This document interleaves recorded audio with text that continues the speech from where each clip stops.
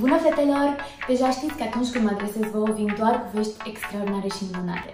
Astăzi trebuie să vă povestesc mai multe despre campania marca Crystal Nails intitulată Buyback. Această campanie se referă la un schimb de produse, dar nu orice produse, produsele voastre utilizate. Acestea pot fi de la orice alt brand în afară de Crystal Nails. Crystal Nails acceptă orice top, gel de construcție, gel de bază, o jos semi-permanentă sau gel color. Singurul amendament este faptul că produsul trebuie să conțină minim 25% în ambalaj. De asemenea, trebuie să fiți atente la faptul că noi nu vom accepta ambalaje rupte, sticle sparte sau goale. Baremul nostru de reduceri este în felul următor. La 25 de produse pe care ni le oferiți, noi vă oferim 25% reducere. La 40 de produse, noi vă vom oferi 30% reducere. La 70 de produse, vă vom oferi 35% reducere. Iar la 100 de produse veți putea beneficia de 40% reducere.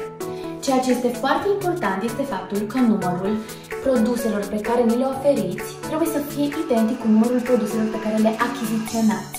Campania se poate desfășura doar dacă numărul vostru minim de produse pe care ni le oferiți este de 25 de produse.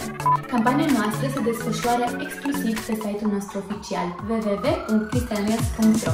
Așadar, să înceapă shopping-ul, fetelor!